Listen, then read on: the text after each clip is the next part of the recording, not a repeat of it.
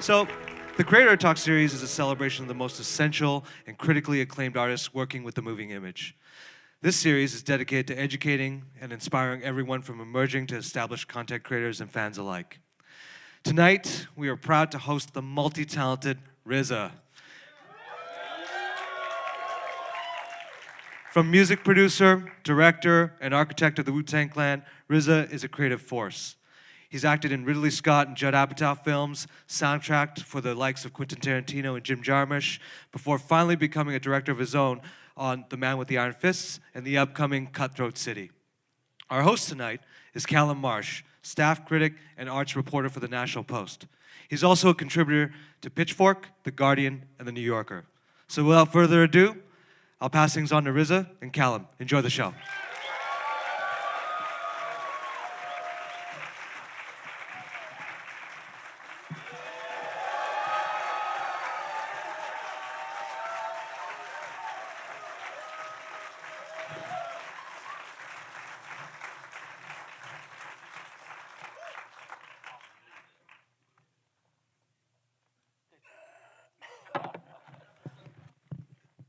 So how are you?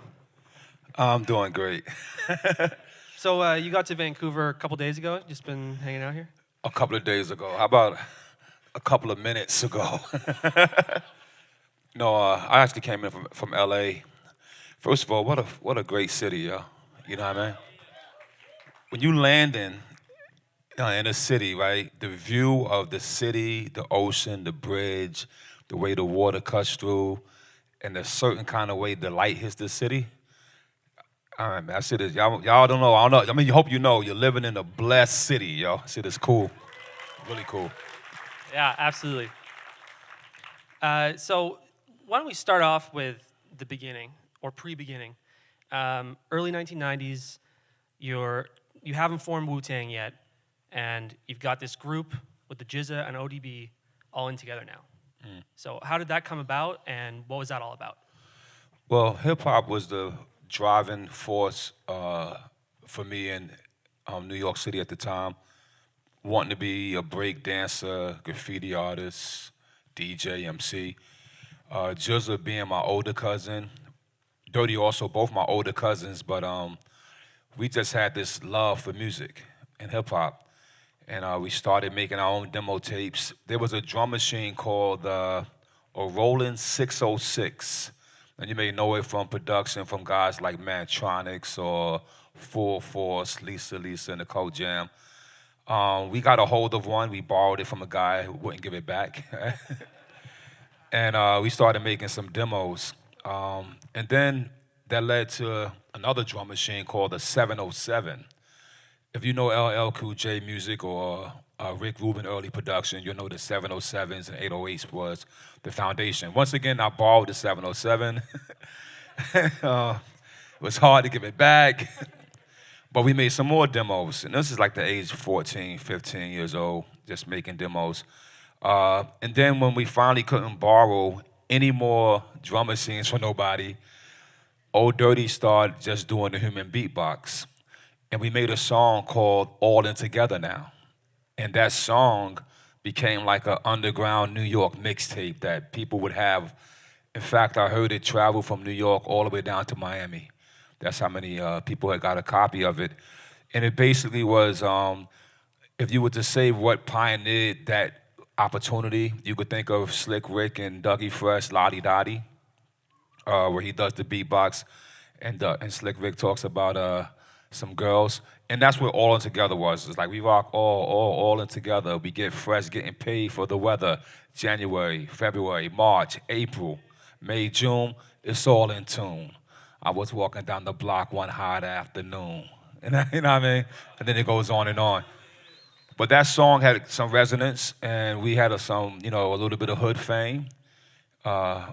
We felt proud about it. We got noticed by I think Biz Markie had mentioned it to some guys up at Cold Chillin' Records. And we had a manager named Melquan, and they wanted to meet the RZA, the genius, and it was Genius at the time, not the RZA.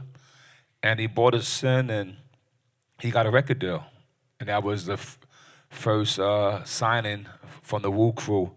And at the same time, I was 18 years old now and had a few demos myself circulating. I had one called The Flower, the funky, freaky flower. You know what I mean? It's funny because every once in a while when Wu-Tang do a show, some of the members would burst into the lyric from The Flower. The audience don't know what they're doing, but it was such a cool underground tape. The lyrics was like, yo, I rock a show to get paid in full. Then I engage on the stage like a raging bull. Page by page, rugged rhymes are made. Then it's sprayed in your face like a can of mace. Taste but don't waste my rhyming grace. The ace at the place shows I rock the space. My lyric digest lets you know that I'm a flower. Your ass is grass and I'm the lawnmower. What do you guys think of that? You know, 17-year-old kid. But anyway, that led to me being noticed by Mel Kwan, who took me over to Tommy Boy, and I got signed there for my first deal as well, under the name of Prince Rakeem, and they wanted me to, make a song that was more catchy, and I made a song called "Oh We Love You, Rakeem." Didn't really work for me, I actually got a chance to date about 2 groupies, though, so it was a start. But anyway, that opened up. But that opened up for me.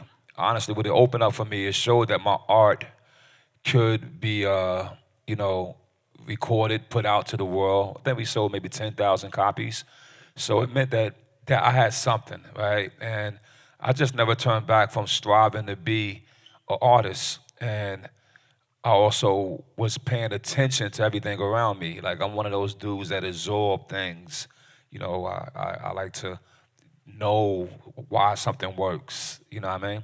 And I absorbed what the industry was doing, and I absorbed how it worked. There's one thing that we don't talk about a lot, and I'll talk about this and I'll pass the mic back to you, all right? Because I'm like going on and on, but there's one thing we don't talk about is that there was a gentleman by the name of James Smith, and he was the father of my manager, Mel Kwan. And he believed in hip-hop, and he believed in his son, so he invested his money to make a record label called Jamaica Records. And since Mel Kwan was my manager, I would always go to his house. His father would play chess with me. He had nobody else to play, and I love to play, so he'll play chess with me and talk to me about life, older man. And then I noticed that he was running the business right out of his house, right out of a brownstone in Brooklyn. He had all these records. He would take the orders. He would send them out. He would, he'd argue with his son, argue with the lawyer, but just handling business. And I never forgot that. So after things didn't work out for me at Tommy Boy, I went back and sat down with Mr. Smith and had a long man-to-man talk. And I was inspired to do it myself.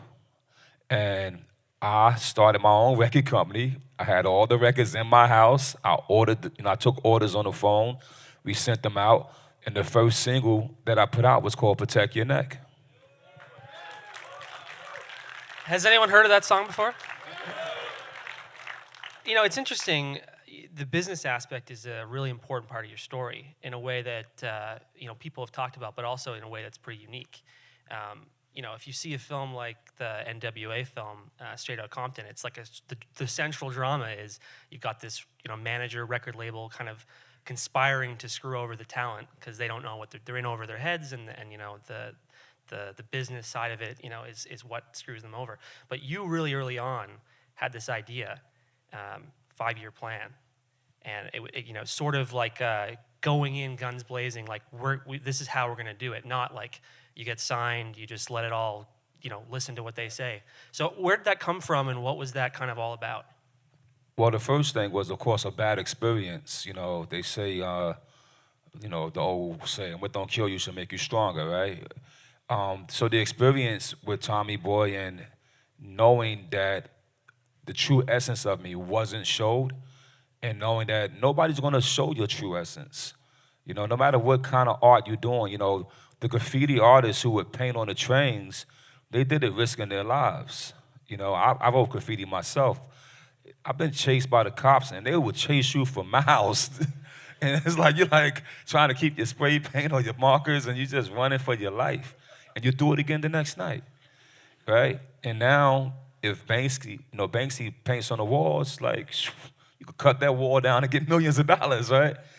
So the point is, the art has to drive you. The business side, for me, I was blessed, I guess, with I don't know. I could go back to my uncle, my Uncle Hollis, who was a doctor, who had a few years in my life and gave me the wisdom to read and study. So by the time I was in the 6th grade, I had a 12.9 reading level, and I could absorb things. And I absorbed the book, All You Want to Know About the Music Business, written by Donald Passman. We'll never forget that man's name. Who was a lawyer in the business, and he wrote a book, All You Need to Know About the Music Business. And then another artist named Kashif wrote a book. And those 2 books, I read them. I went through it. I knew that there was at least a parameter of numbers that you should know. A-list artist, B-list artist, C-list artist. And I also had an idea in my own head about, determination or persistence should always overcome resistance. And I walked with that stride. And it worked well for me. But I will say it wasn't like a whimsical. It was like study, understand, figure things out. Okay, what's another label that was successful? Motown. Okay. Well, Motown was big business, right? They had a big studio. They had string sections, orchestras, to play their music. Okay, I don't got that. Okay. What started smaller than Motown? Stax Records. They started Stax Records with $35. I had $35. So but I took that story, and I remember actually going up to my sister, and I was like, yo, the Stax Records was started by a brother and a sister. Won't you give me your life savings? Put it in with my little bit of money, and let's start this record. And she was like, "Choom," close the door on me. Not that she wouldn't help me. When I got into some serious trouble in life, she actually put her life savings up to bail me out. But she didn't see the vision of the music thing yet. That was still at the point of life where your family would tell you, "Turn that shit down. It's too loud in here."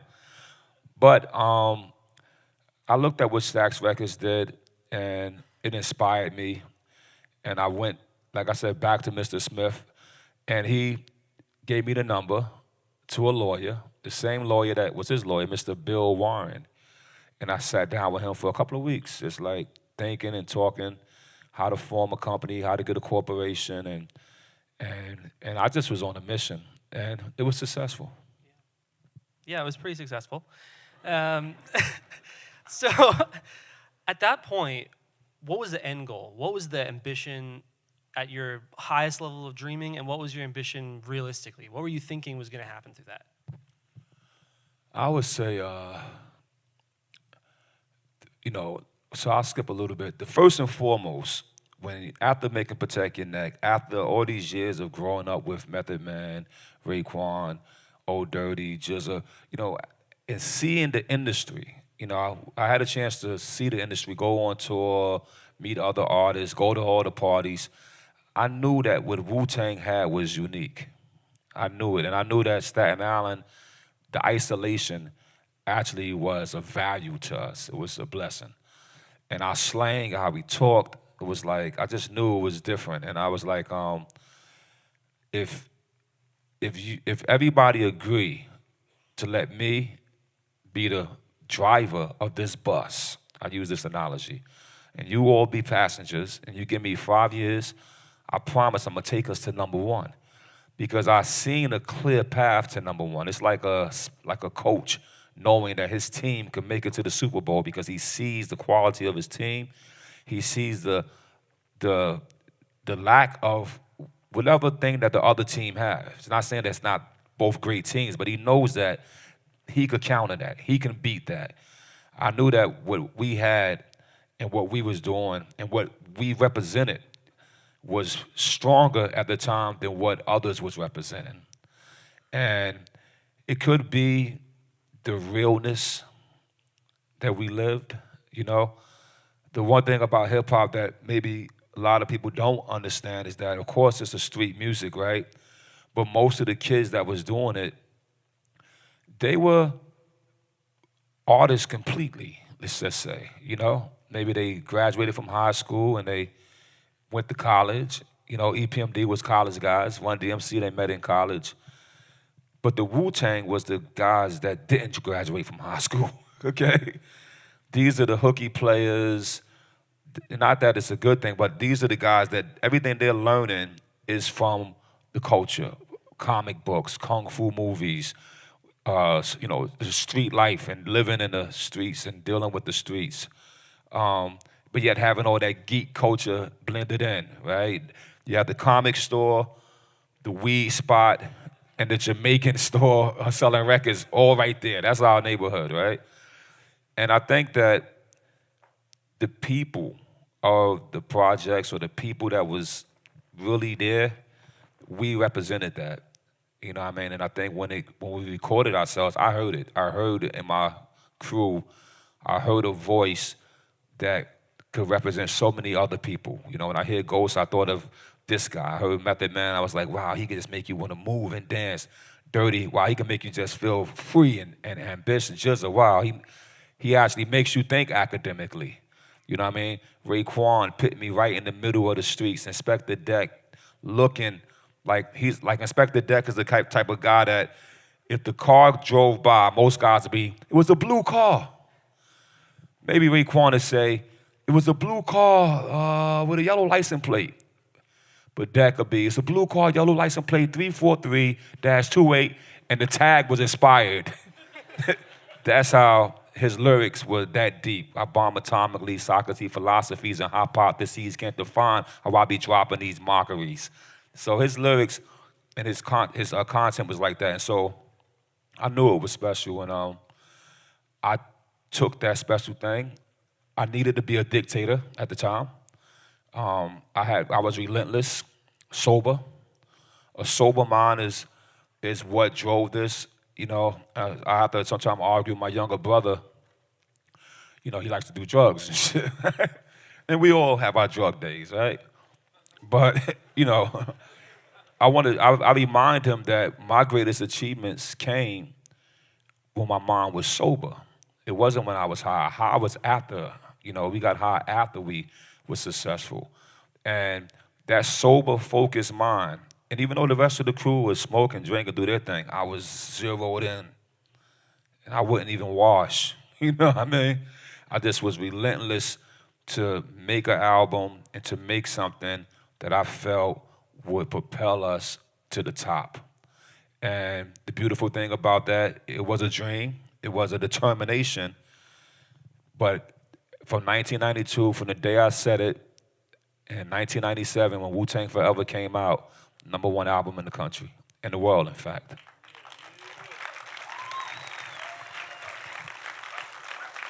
So you've got all this raw talent. You've got something special that you can evidently see. It's super obvious to you. The first album you come out with, it's not just, I mean, it is an album of obviously tons of talent. Every verse is great. But it's also an album that's super coherent aesthetically. It's an album that's got this amazing atmosphere. It's an album that's got a really original sound that everyone really took to right away. So how do you get all that crazy raw talent that's kind of undisciplined, and how do you come up with something so artistically coherent and pure? I was trying to make a movie. I gotta be honest. I thought, like, when somebody get in the car, because back then there wasn't no DVD players in the back seat of your car and all that shit, but I thought that when you get in the car, you'll put this tape in and you'll fucking go to a movie. You'll go to a world. You'll go to this experience. And that was my approach. What a lot of people don't know is that, I guess I said it in a recent interview, so I'll share it here as well. Pro Tools was new to the industry. And most people wouldn't even probably play with it, right? Maybe it was something that was used for like mastering, you know, or for film audio editing. It was just new. Avid has not fully broke out. It's kind of similar to how Apple or Macintosh was this thing, while IBM was already this thing, right? And nobody knew that the creative element of what this could do was going to propel. I had a chance after I recorded all the songs for 36 Chambers. I got turned on to a studio that had a Pro Tools. And so I went there, and now with Pro Tools, you don't just hear the audio, you see it. And now I could chop every sword I want, I could put everything, I could move it to how I want. It wasn't like 100 tracks or nothing. It was very limited, and it took a long time to render and all that. I mean, it took 4 days of just to edit the things together, which now you could probably move it around like this, right? But regardless, day after day, I stitched together this album like a movie. I had my intro. I thought I had my climax. I had even thought of, I even thought like how plays have their intermissions, so I had the Shaolin side, and I felt, back then you had albums, you got to turn them over, right? So all those things was in my mind. I think the coolest form of media was the Laserdisc.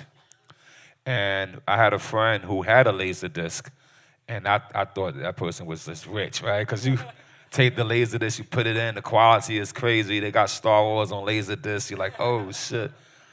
But then you got to take it out and put the other one in, you know what I mean? So all those things from film was already inspiring me, and I thought I was making an audio movie. So, yeah, feel free to applaud that. It's true. Just to bring it back to that business aspect at the same time, the movie element kind of reminded me. So, when George Lucas made Star Wars, one of the big decisions he made was he's going to be in control of the merchandising. So he made all of his fortune just selling Star Wars figurines. Right. So, who here has ever owned or still owns a piece of clothing with a Wu-Tang symbol on it? Yeah. So. That's a big thing. We all see it all the time still, and it's a big part of, that branding is really strong. Like, nowadays it's common, but at the time I imagine it wasn't super common. So where did that idea come from? I mean, the W itself was drawn by Allah Mathematics. He's our DJ. He wasn't our DJ at the time. He actually DJ'd for RZA. He was working construction in Manhattan. And he was good at graffiti and drawing. There was a couple other guys that was good. A guy named Gano Grills, who you may, if you ever watch Wu-Tang videos, if you see the murals, usually Gano was the guy that does that for us. And there was another guy who was like the king of Staten Island graffiti named Mike McDonald. His graffiti name was Lask, L-A-S-K. And he was from the VGL crew. And you will see VGL everywhere. Like they had niggas from the Bronx. I said niggas, but anyway. When you start talking graffiti, yeah, motherfuckers from the Bronx, motherfuckers from Brooklyn. Anyway, they had people from all the 5 boroughs, and he was one of the top graffiti artists. And so I had asked each one of them to make me a logo for my company, right? When I did Prince Rakeem, I think it was Mike McDonald who I ended up using his. But for the Wu-Tang production, which is the company I formed, I wanted a logo that represented me more, more firmly. And they all tried, but Math came with this thing, this Wu-Tang, and he had it in a big cloud, and then he had a sword underneath. He was also a Kung Fu movie lover as well. In fact, we would brag who got the most Kung Fu movies. And so, and when he made it, it looked cool. It had a yin-yang symbol, but it was too much. It was like, it's too busy. But the sword looked nice, and the W looked real unique to me. And I was like, let's just take the W and the sword, and let's put it on a book. And so that was my company logo. It became, when you see that, if you ever see the cover for Protect Your Neck, that was really just my business cards. And when it came time to make a cover, I had to go to a printing place and blow up my business card as big as I can to put a cover on my single, because it's all out my house, you know what I mean? But as it got bigger, and you seen this W on that book, and you seen that sword underneath, for me, it was like, okay, I see it. It means something. It's a badge. And eventually we took the book away and just kept that W. And I think for the, at least for those same 5 years from, 92 up to 97, everything that W put out and that it represented had that quality. You know what I mean? It had that meaning, it had the wisdom in it, it had the culture in it, it had the aggression, the spirituality, all these elements was fused in it. And I think as people bought it and listened, it resonated with them. You know what I mean? And you never know what's going to resonate with somebody, but I think, some people walk up to me and say, yo, Old Dirty, that's why I love you, motherfucker, ODB. I'm like, I understand, because he had that energy. Some people, Method Man, he got me. You never know who it is, but it was all under that Wu-Tang production, that W. And I think that based on that, it just grew and was appreciated. And now with blessings and with people supporting it, which I'm so grateful for, yeah, it is now a worldwide brand. So in that period, that 5-year plan, 92, 97, if you had to take like the top rap albums of that time, they're pretty much all produced by you. The Wu-Tang albums and the Wu-Tang solo albums, Only Built for Cuban Links, Liquid Swords. If you just look at how much music, just in terms of volume, that you were producing at that time, and it seems like you were producing it pretty much just, you were doing it by yourself. Crazy. How the hell did you do that? How did you get that much work done without just repeating yourself, without going lower on quality? Well, like I said, I was relentless, yo. I never, I didn't go outside, you know what I mean? Seriously. I missed a lot of the shows. It'd be a Wu show, I won't be there. I was proud of this part of it. I stayed faithful to one woman, so even though girls would come and throw it out, and nope. So it was a strict determination and focus. Raekwon said it best in one of his lyrics. He says on Criminology, he said, with the boots that paved the way. He's talking about, I didn't change my shoes for years. Those boots was talking to you, you know what I mean? And I really kept it gritty and grimy, you know what I mean? And I just kept making it and working. I didn't even know, I I was a millionaire until 97. It's I didn't come out, I didn't feel it, I didn't, but when I came out, Bobby Digital pops the fuck up, right? A year later, I'm going crazy.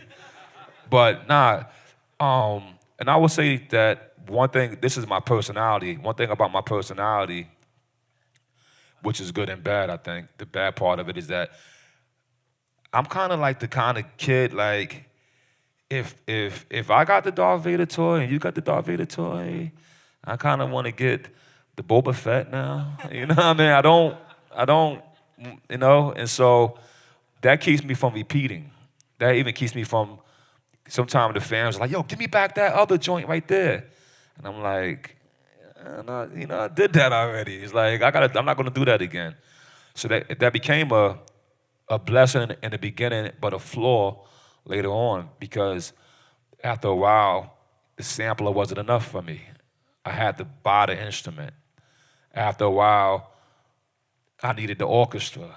After a while, now I'm not going 2 bars, I'm 16 bars, I'm 20 bars. You know what I mean? And that was just my natural personality. Some say it's a progression.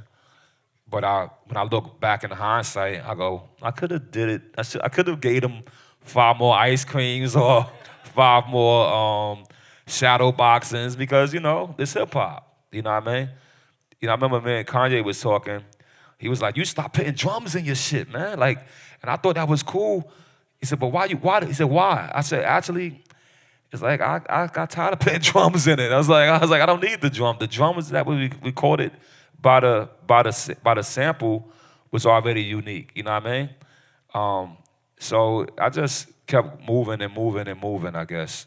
But we got good and bad out of that. Well, so at the same time you're moving, and in '97 you got Wu-Tang Forever, which is the point in when you started delegating beat-making responsibilities to other producers. Mm-hmm. And around that same time, you start branching out artistically as well. You start moving into film scores. You got Ghost Dog with Jim Jarmusch. It's a great film.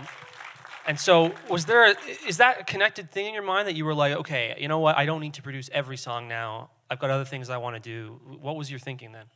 Yeah, well, first of all, True Master, who was one of the producers that helped us out, I think I gave him about 2 tracks on Wu-Tang Forever, and I think Fourth Disciple had 3 tracks. Fourth Disciple was my 4th student. He had been around me for years since he was a 16-year-old kid. He was producing my brother's crew, Killer Army. I actually think that Fourth Disciple was like an unsung hero producer. I think, like, even though Wu-Tang, records went platinum, and Killer Army's maybe a couple of 100,000, I still think that his sound, his ruggedness and rawness was important to the Wu hierarchy. And when we got to Wu-Tang Forever, I was like, I want the Clan to rap over your beats, you know what I mean? And he came with some good ones, I think, that helped add to the template.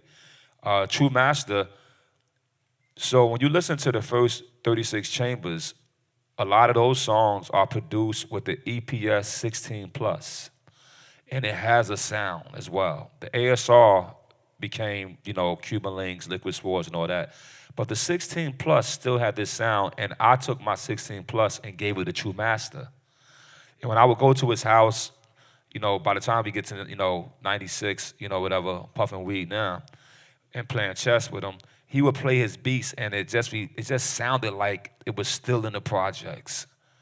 You know what I mean? That machine just had this sound that very nostalgic to Stapleton projects. And when you hear that song, Heaters, off the Wu-Tang Forever album, or MGM, you hear that sound. And then maybe even later, you hear it on a song called Y'all Been Warned, to me, which is the epitome of that sound. And so I wanted, of course, they was my crew. I wanted to expand on a business level. I signed them to Wu-Tang Production. I knew they had the Wu sound. Mathematics was developing. He still didn't peak yet, but he was developing it. So on the business side, I felt like they could make the hip hop, but my mind was moving. I started playing beats, and everybody was like waiting for the loop or waiting for something to happen, and it wasn't happening, you know what I mean? You listen to that song, B.O.B.B.Y. on Bobby Digital, that's like 14 to 18 bars before the strings come back around. And rappers don't do that. Rappers was, before Wu-Tang, you hear mostly 1-bar loops. We came with 2 bars and maybe 4 bars, right?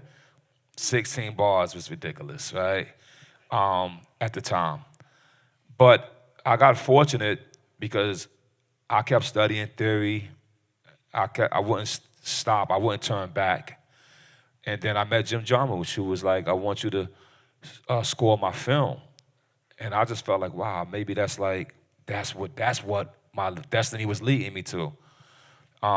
And I had a conversation with Quincy Jones. And he gave me a lot of wisdom, but he also gave me a challenge, right? He said to me in 1997, we hanging, he said that he scored his first movie at the age of 30. After all the years of being a musician, at the age of 30, he scored his first film. And he went on to score, a couple of dozen, right? But I was like, wow, I wonder if I could beat that.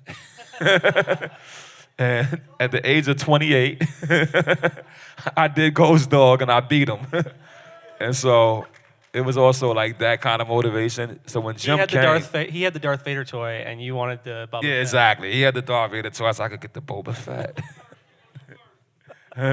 But of course, Quincy Jones is a grandmaster, taught so many of us in the music industry what to do and how to do it. But definitely after composing for Ghost Dog, I felt that my creativity was going in the right direction. I felt self-satisfied, even though, it didn't matter about the accolades anymore. You know what I mean? It's just the self-satisfaction was there. And that led me to meeting Quentin Tarantino years later. He thought the Ghost Dog soundtrack was cool, and you know, he thought he had a couple of my albums in his jukebox. He's like he has a jukebox. If you in Of course he does. Yeah. If you're in that jukebox though, you're all right. You know what I mean? And he had a couple of my albums in the jukebox. And when we got to Kill Bill, he was like, you know, he never really used outside composer or producers. He does everything for himself, right from his jukebox. He said, but I want you to be that guy for this movie. And bong bong, that led to a whole nother chamber. Because Ghost Dog opened that door, but Kill Bill propelled it. I feel free to clap for that too. I remember when Kill Bill came out, and you know, all the press about your involvement in the film, it seemed like it was an unusually deep collaboration between a composer and a director, and obviously you guys bonded over films, I assume, as well. So what was the collaboration like? Like, what was the creative process like for you on that film? It was very. I would say it had two tiers to it. One level of it was I never been, you know, for all those years from '92 up until Kill Bill, I'm the boss, right? Now I'm not the boss. You know, a composer he works for the director. So John Moose, he was more lenient with me. Like, I could bring the music in at 1 o'clock in the morning and shit. You know what I mean? Me and Dirty would pull up like, yo, check this shit out. And, you know, he was cool with it and shit. You know what I mean? Quentin was like, yo, you know, the editing room is from 9, all right, the 6, basically. And, you know, because it's such a tedious process, he does his film and his music. Every beat, every frame is so tedious. And Sally Minke, one of the great editors, they are very tedious about when things happen and when they don't happen. And so I had to have an office right there in the editing room, making the music, trying to bring it over, as well as finding songs, sounds, anything, you know, to help that process. And I actually became, you know, at his service. Like, I actually let myself become that. You know what I mean? Like, okay, this ain't about me. You know, what really made me feel that way. So there's a scene when Uma is about to fight the Crazy 88s, and he had this big Metallica song that he wanted to put there. You know, from the beginning, you know, it was like, this song is gonna be there, and you know. And then I was like, yeah, that's gonna be great right there. Oh yeah, it's gonna work beautifully. You know, we talking about it, and we don't get the damn song. And so now it's like, well, it is too late to get another song. We gotta create a piece of music for it. And so he's like, okay, Bobby goes to work, right? So I take a few things, I put it in, I show him. You know, he's like, nah, that's not it. I'm like, holy shit. Second time. No, that's not it. Now we 2 weeks in. Time is eating away. Third try, Thursday afternoon. No, that's not it. And now I'm like frustrated. And so I kind of did one of those studio things. You stay in the studio, don't go home, keep going. And it was Friday afternoon after getting really funky with it, right? Getting the underarms out your body. Right? That's for some weird reason, when you get deep and that body starts leaking, something's about to happen. You know what I mean? I know that for a fact. I'm a sidebar. George Clinton gave me an example. One time he was creating, and I understand why he called it the funk, because when they got that funk, got in that room, the music was banging. But anyway, the funk started to build up in me. That was a great sidebar, by the way. And instead of me, so I'm doing it's playing, and then Quentin bursts into the room and say, that's it. And I was like, okay. And I figured, you know, and it motivated me. It was satisfying, you know, and what that led to me, what it led to me to do, right, was take a look at him. We was already good buddies. We so many laughs, so many nights and movies, and so many, a couple of years now of friendship. But it made me look at him and say, wow, this guy is a master at what he does.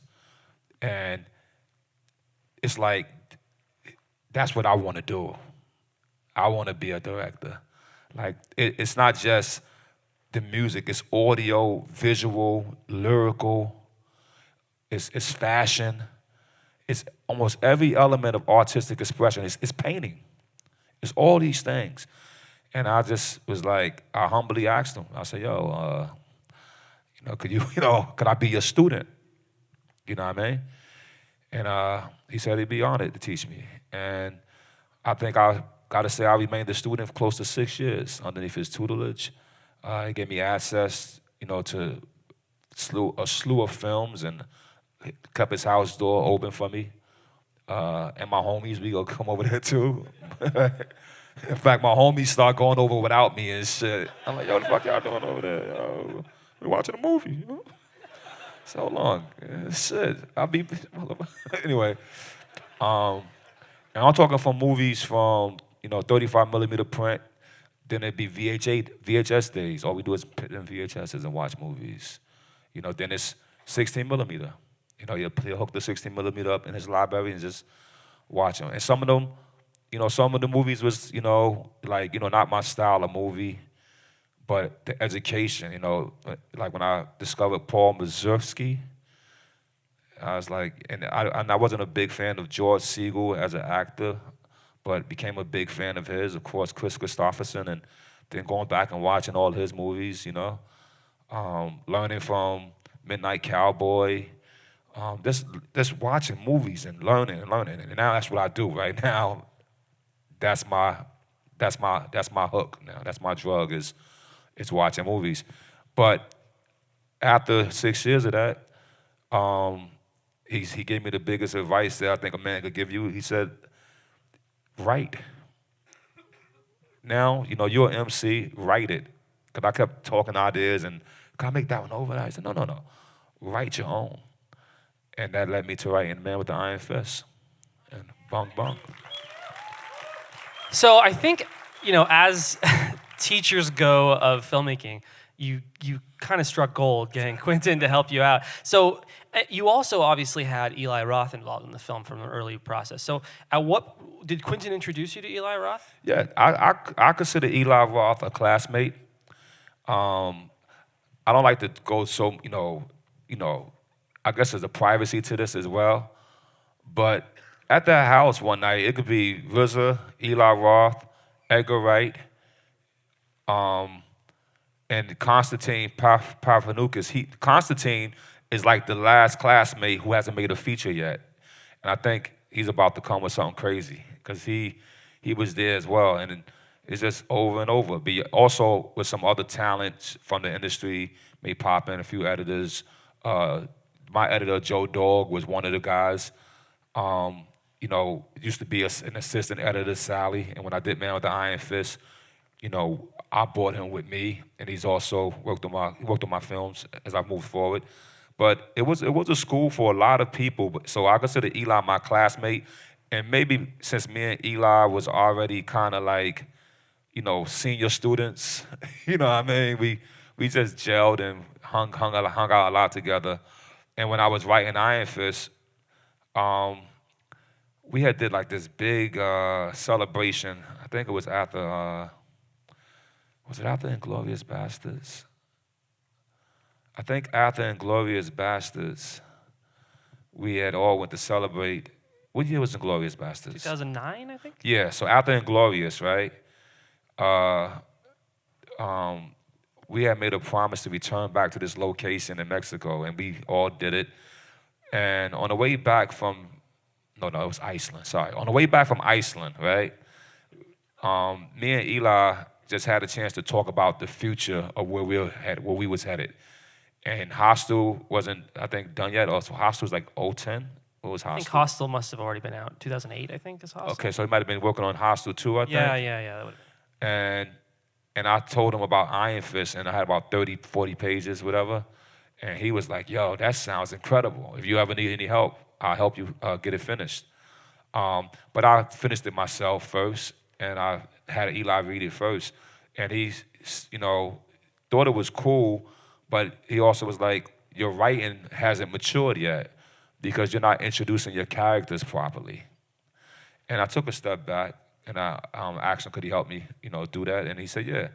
And so we took what was 90 pages, and it turned out to be 120 pages after spending some time with him. And he's the fastest typist I know. Because I was like, my problem is I don't type fast enough. He's like, oh, well, I type 70, 80 words a minute. I said, well, how the hell you do that? Oh, when I was in college, I was like the guy you would call on the phone and type text. And I was like, okay, kind of weird job. But you mean like, yeah, and even for like even for sex lines, he'll type text. I was like, okay, E, okay, all right, type this, and he literally like the new draft of Iron Fist, he typed every word of it. He was and when it's finally done, right then we went to Mexico when it was done, and I wanted him to he didn't want no credit for it.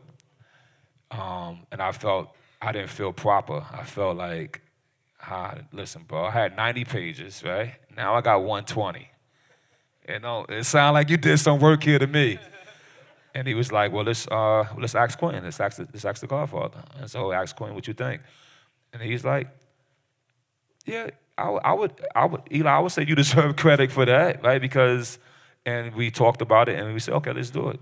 And we came, as soon as we got back from Mexico, that was like it was like a New Year's celebration. As soon as we got back, our first meeting was at Universal, and it was like, here's the script, and I pitched the idea, and they said, okay, let's try that. Let's try this one. And of course, we had a guy named Mark Abraham who had did 35 movies prior. You may know Mark Abraham for movies like Air Force One, or even independent films like Sugar Hill, and he did like 35 movies, and my movie was number 36. You know what I mean? And bong bong. Perfect. So there's a lot to ask about this film, but in the interest of time, because I think we're already kind of ahead, the one thing I really wanted to ask is, I heard that the original cut of the film, when you first assembled it, was something like 4 hours long. Hard lesson. You know, they say that a director falls in love with his work, and it's like they use a slogan in Hollywood, like, you know, you got to kill your babies when you edit. And I was like, I'm not killing nobody. It was the funniest thing is, you know, so now I got this close to 4 hour version, and I take it to Quentin now. You know, I'm gonna show him. We're gonna watch it. I'm gonna screen it for him. I'm excited. I'm nervous. I mean, I don't eat meat. He was having steak for dinner. I was like, well, look, you sit down. I'm gonna cook the steak. I hooked it up though. Now I hooked up a nice steak for him. And now we're gonna watch this movie and shit. And you know, the first 20 minutes, he was like, wow, that's really good, Bobby. Boom. And about an hour in, he's like, about 100 minutes in, he's like, let's pause for a minute here. Let's pause. Okay. Let's get a drink. And then we watched the whole thing though, you know, because, you know, he gave me that grace. And he said, listen, movies are like a train, man. Okay? You got an engine, you got the caboose, but the things that's in there, in the middle, you got to know how to pitch your cards, man. And you like, you know, you got a movie here, but you just got to know how to assemble it right and find the important character. Because I guess what I did, right? I'm in love with Asian cinema. It's obvious, right? I got Chen Kwon-ta, who, like nobody knows Chen Kwon-ta, right? Gordon Liu, right? And Lau Kar-leung. And these three actors gotta be my favorite actors in the world and shit, right? And so the first 40 minutes of the original Man with the Iron Fist, you're just watching Chen Kwanta, okay? You don't see nobody but this guy going through his life. And even when I showed the Universal, they was like, okay, like, when are we gonna get to this shit? But for me, I was kind of enamored by, by my actors and kind of in love with the idea of a dream, seeing these people that I sample their voices or their dub versions of their voices into my music, and now they're acting for me. You know what I mean? So I was kind of sucked into that world. And Eli came to me, though. He said, look, won't you just take a cut? He's a producer, right? So producers could do this shit to you, right? So he comes, Mark Abraham and Eric Newman, who from Narcos and shit, they come, they said, Bobby, why don't you take a couple of weeks, to just chill and remove yourself for a minute. And we'll get in, we'll sit in with Joe and give you some tips. And I'm like, what the fuck is that? What the fuck are you talking about, right? Right? So I leave. I said, I could go hang out, party and chill. Hey, I went party for a couple of weeks and chilled out. Come back 2 weeks later, movie 78 minutes. I fucking was like, it was wrenching. And so I went, so I didn't know what to do because, Eli's my buddy, Eric's my buddy, and Mark is becoming my buddy. These guys was in China with me for 9 months, and it's like, I'm like, what? So I didn't say nothing. I got up and left, and I just wrote this long-ass letter. I wrote a letter. It had so many questions in it, man, and I just presented it to them like, bang! And they read it. It's okay, Bobby. Yeah, okay. Well, we need to get you thinking like this. We need to motivate you. And now you could build back up.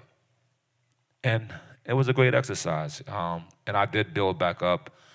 And I think, I still think the film could have used another maybe 12 minutes of what What's the final running time? Is like 96? 90, yeah. I think another 12 minutes would have been okay to let it breathe a little bit. But it was a great lesson for me, like a great lesson of movie making. Everything about it really sharpened my sword. By the time I got to my second film, Love Beats Rhymes, I was cutting while filming. I was like, you know what? No, cut that. We don't even need. I already had the understanding of what it takes. And by the time I got to my third feature, which I'm very proud of, and my first cut ended up being 1 hour, 50 minutes. And I still think I could get it down. Now I'm thinking I could get it down to about 140, you know what I mean? 1 hour 40, I think I could do that. And I'm proud of it. And I feel comfortable and confident that cutting things in movies, the greatest thing you can learn about film, how many filmmakers and film people in the house tonight? I would just say the greatest thing about film is film gives you the ability to suspend and control time like no other form of art, right? So you could be watching a film and we could go back to the past. Or you could watch a guy just wake up and next thing you know, he's in his office. It has that power. I didn't understand that, and the process of editing taught me that. And it reminded me, I took a flashback after that lesson, that ass whipping of a lesson they gave me. I went back and I talked to Pietro. Pietro, he's the editor of all Ridley Scott movies, right? He did American Gangster, Alien, he did so many Pietro, right? And I talked to him as an editor, and I was like, yo, like, what is the science of it? And he said, yeah, it's like, it's a motion picture, Bobby, okay? It's not a music. The verse don't have to be complete. The note doesn't have to resolve, right? He says, you're telling your story with pictures and images. So if you watch my movies, he said sometimes, Ridley could film the movie and give it to him. Of course, Ridley Scott got like 18 cameras working, right? But Pietro knows how to tell the story within that footage. And the suspension of time and the the control of time is the greatest element that film does, and that's now in my system. And I think that I could say I know that I'm now getting better at that task. I remember talking to a film director recently who told me that one of the biggest lessons he learned early on was that what takes a lot of time and you don't realize is not too many scenes. It's all the stuff in between. Like a guy goes through a door, if you show him walk up to the door, open the door, go through the door, come out the door, it's like there's 15 seconds. You got to cut that. Right. So is that the kind of thing you were learning, like all that little kind of getting it out there? Yeah, it's like because pictures is moving, well, now it's all digital, but traditionally, you're watching 30 frames a second. So, and then your mind sees way more than you're seeing, right? Because your own natural consciousness is working. You know that the guy walked through the door. I don't got to show you him walking through the door. You already kind of see him walking through the door as soon as you open it. You know what I mean? And I think as a filmmaker, you have to trust the audience consciousness, Different styles, right? So Jim Jarmusch, right? I'll check this style out, right? And he actually does the opposite. Jim will have the camera right there, and you will sit there and watch his character maybe do nothing for 30 seconds. And now what's the reason for that? Because his technique is you now go into the mind of the character. You're sitting there and you start to think about what the fuck he thinking about. You know what I mean? That's another different technique. You know what I mean? You never see that in Marvel films. You know what I mean? Because they're moving your emotions, moving your energy, which is good. That's why we go see them.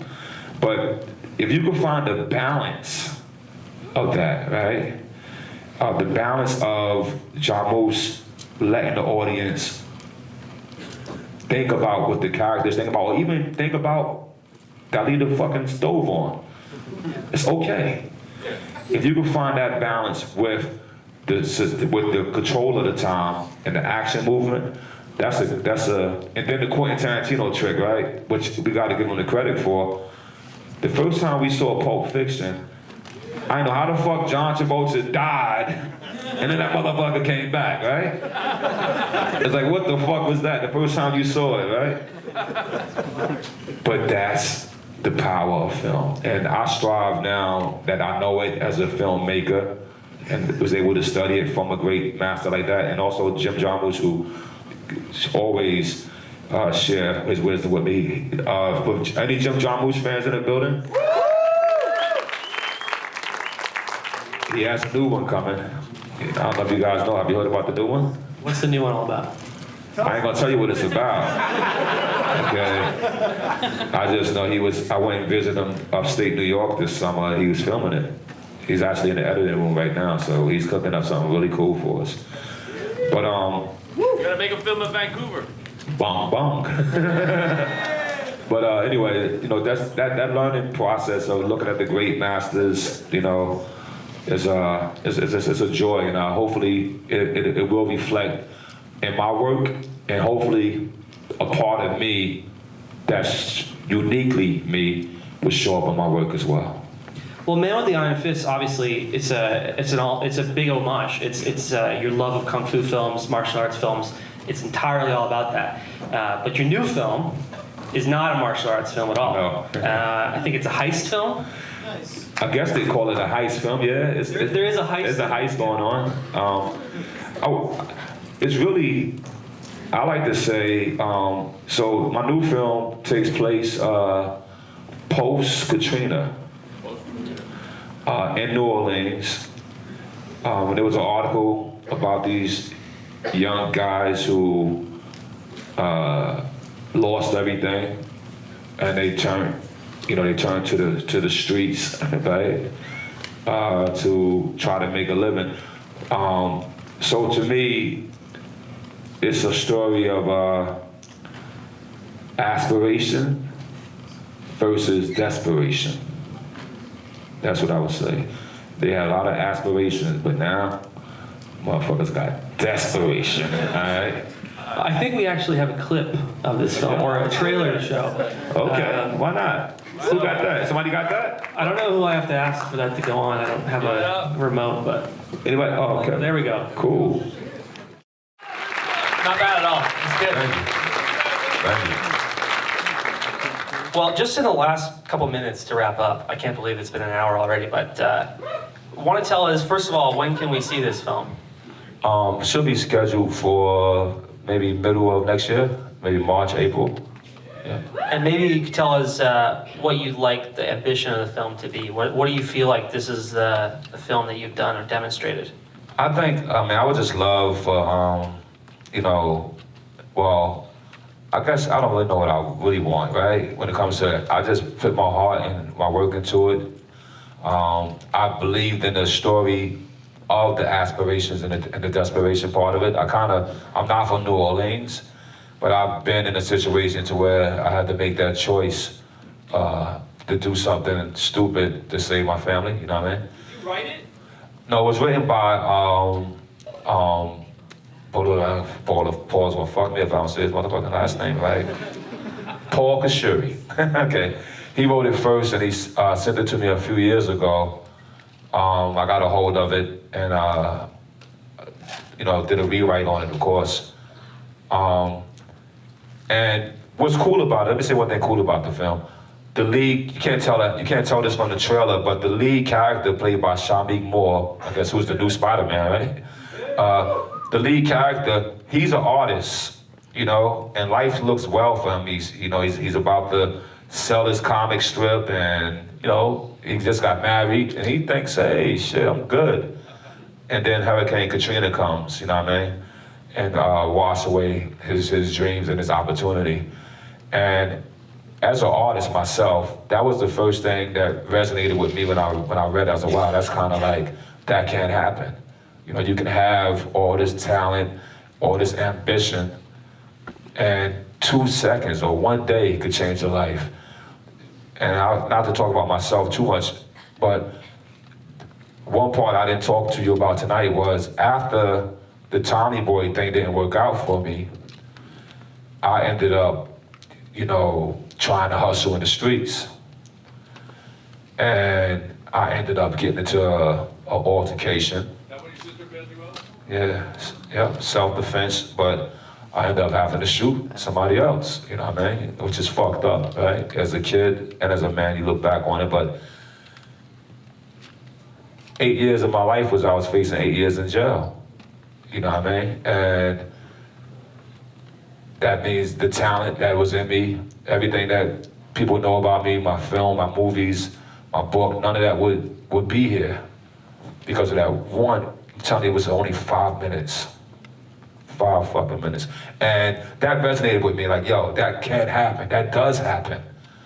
You know what I mean? It happens in so many ways, and especially in my community. And so this story touches that energy, and if people see it and enjoy it, that's a blessing, but it was also very therapeutic for me to tell this story and to get it out to the world. That's amazing. Well, I'm sure we're all going to see it. And I'm super excited. So RZA's got to get to the screening of his film that you're scoring tonight. Oh yeah, 36 Chambers. So I hope everyone's going out to that and give it up for RZA. Thank you.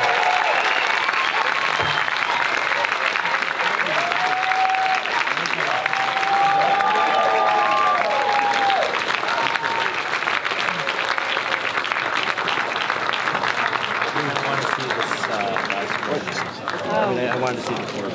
Yeah, I know, we have to like really high tone. I can drive this.